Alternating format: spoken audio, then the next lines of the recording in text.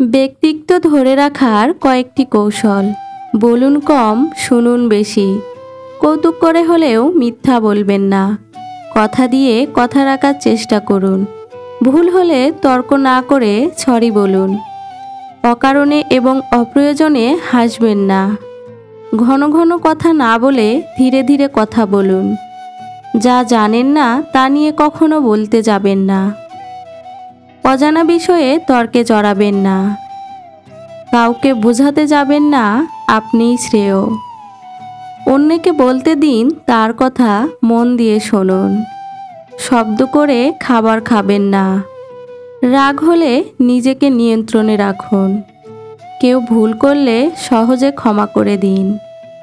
ছেঁড়া জামা এবং ছেঁড়া জুতা পরবেন না। সহজে কারো কাছে হাত পাতবেন না। পারলে অন্যকে খাওয়ান, কিন্তু দাবি করে খাবেন না। খাবার সময় কেউ সামনে এলে আগে তাকে দিন, তারপর নিজে খান। সব সময় বড়দের সম্মান করে কথা বলুন। মুখ এবং শরীরের দুর্গন্ধ থেকে মুক্ত থাকুন। নিজেকে সবসময় ছোট ভাবুন এবং শান্ত দেখান।